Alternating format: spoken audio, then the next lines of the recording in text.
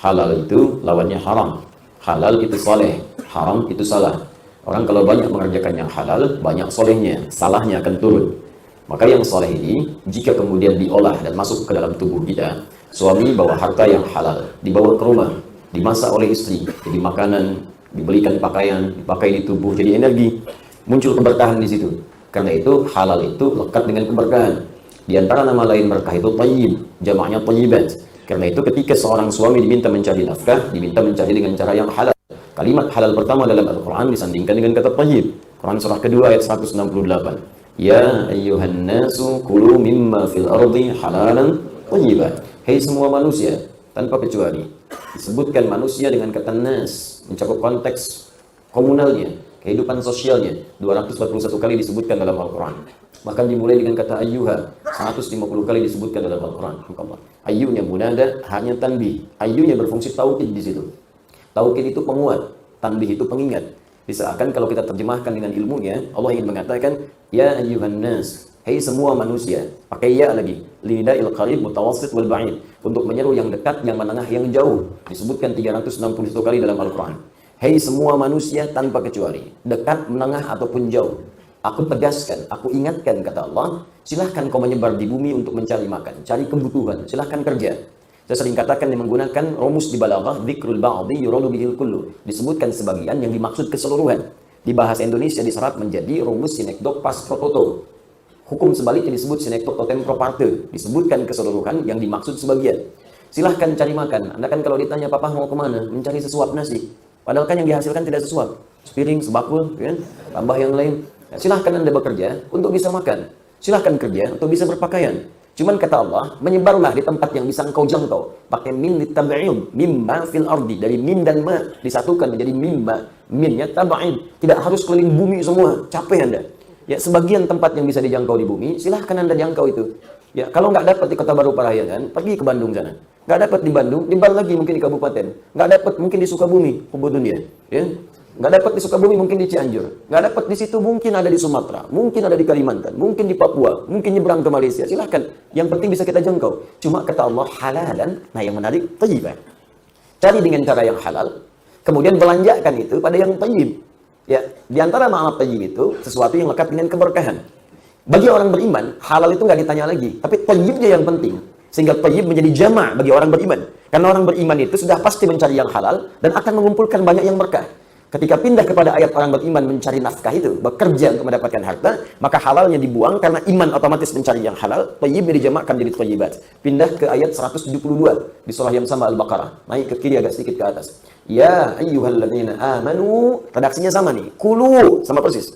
Bedanya min tayyibati ma razaqnakum. Hei semua orang-orang yang telah beriman. Kata Allah, silakan bekerja juga. Jadi beriman pun tidak menghilangkan dan menepikan ikhtiar kita untuk bekerja. Ini bukan karena sudah beriman gak usah kerja. Ya Allah, saya kan sudah beriman, cukup tahajud, mas datang. Cukup puasa misalnya, gaji langsung diberikan. Gak ada. Ya, gak ada Allah mengutus malaikat untuk ngasih gaji. Tiba-tiba Allahu Akbar, selesai tahajud, dikirim malaikat maut. Buat apa ngasih gaji? Gak ada. Tugas cuma menyambut nyawa, kan? Baik, Anda kerja berikhtiar. Dari situ, min tayyibat. Perhatikan, halalnya tidak disebutkan, tayyib dijamakan. Ini menunjukkan orang beriman itu lebih melihat pada kualitas, bukan kuantitas. Bagi orang beriman itu nggak akan berpikir, nggak harus mau mengumpulkan harta, banyak, pengen, bukan keinginan tapi kebutuhan. Apa yang dibutuhkan itu yang didapatkan, berkah yang dicari. Kalau sudah berkah, maka hidup itu jadi nikmat. Apa itu berkah? Ziyadatul khair. Ziyadatul khair. Semakin tinggi iman, maka akan semakin meningkat takwa. Karena itu iman seringkali disandingkan dengan takwa. Imma takwanya di depan atau di akhir. Contoh yang takwanya di depan. Al-Baqarah ayat 2 sampai dengan 3 dan seterusnya. Dzalikal kitabu la raiba fihi hudal lil muttaqin. Siapa orang muttaqin ini? Teruskan ayat 3-nya. Alladzina yu'minuna bil ghaib. Takwa disandingkan dengan iman. Kadang-kadang iman duluan, kemudian takwa. Apa contohnya? Misal Ali Imran ayat 102. Ya ayyuhalladzina amanu taqullaha haqqa tuqatih. Ya ayyuhalladzina amanu, selalu kemudian iman, setelahnya takwa. Iman, setelahnya takwa. Sekarang perhatikan, ketika imannya naik, takwanya meningkat, maka Allah merubah bentuk thayyibat jadi barokah. Buka Quran surah ke-7 ayat 96. Walau anna ahlal qura amanu wattaqau la fatahna 'alaihim barakatin minas sama'i wal ard. Bukan thayyibat lagi, tapi barakah. Langsung nilai kebaikannya. Kata Allah, kalau hamba-Ku mampu meningkatkan iman dan naik levelnya kepada takwa, takwanya makin meningkat, maka aku buka pintu keberkahan. Langsung, jadi nggak capek lagi. Nggak pergi lelah, capek, panas keringat. Tidak. Dibuka pintu langit dan bumi untuk memberikan keberkahan kepadanya. Kalau berkas sudah dibuka, sudah. Semua baik muncul. Baik semua muncul. Di rumah tangga baik. Sehingga cenderung tidak banyak masalah. Nafsu tertekan. Sehingga kebutuhan yang dibutuhkan bukan keinginan yang ingin diraih. Kalau sudah seperti itu, hidup nikmat. Karena nggak ada tuntutan berlebihan untuk bisa mencukupkan kehidupan dunia dengan cara yang tidak wajar. Karena itu takwa selalu bersanding dengan solusi. Perhatikan kalimatnya. Ketika takwa naik, persoalan selesai. Rezeki datang, bahkan dari sisi yang tidak diduga. Quran surah ke-65 ayat 2-3. Wa may yattaqillaha yaj'al lahu makhraja wa yarzuqhu min haitsu la yahtasib. Ya, siapa yang mampu meningkatkan takwa kepada Allah, maka Allah akan mudahkan setiap persoalan yang ia alami, diberikan jalan keluar, solusi. Bukan nggak punya masalah, tapi masalah itu saat akan dihadapi diringankan oleh Allah. Rumah tangga itu persoalan ada. Tapi bagi orang-orang yang takwanya tinggi, kadang-kadang masalah berat pun selesai dengan senyuman. Karena sebelum dialami, Allah ringankan itu. Ya, ada orang sudah gelarnya tinggi, harta banyak, kedudukan juga luar biasa, tapi nggak pernah tuntas persoalannya. Itu poinnya. Rizki nggak susah, karena wa yarzuqhu min haitsu la yahtasib. Allah datangkan bahkan dari sisi yang tidak dia duga. Dan karena tuntutannya tidak banyak, karena kebutuhan, bukan keinginan, akhirnya apa yang dibutuhkan itu yang dikonsumsi. Haus itu butuh minum. Minum itu yang penting halal dan berkah. Jadi nggak banyak keinginan. Ada air bening, alhamdulillah. Ada teh manis, alhamdulillah. Teh pahit, tidak masalah. Tapi kalau keinginan banyak, untuk menghilangkan haus saja, butuh misalnya buah naga di jus. Subuh-subuh nyarinya susah. Jalan ke Sukajadi. Kan? Belum buka, ditungguin. Sampai siang belum buka juga. Sampai sore belum buka juga. Ternyata orangnya sedang pergi ke Jakarta. Ya. Capek tuntutannya. Nah, itu yang dimaksudkan di ayat-ayat yang lain. Bahkan nanti takwa lekat dengan banyak kebaikan. Pengen bahagia, takwa. Al-Baqarah di akhir ayat 189. Wattaqullaha la'allakum tuflihun. Jadi turunannya banyak. Sebaliknya, orang yang menjauh dari yang halal, maka otomatis yang haramnya itu akan naik. Kalau yang haram naik, salahnya yang muncul. Tadi, halal naik, soleh muncul, salah tenggelam. Sebaliknya, haram yang naik, halal tenggelam, salahnya banyak muncul. Karena tadi iman bersanding dengan takwa, amalan takwa itu amal soleh. Kadang bentuknya ibadah ritual.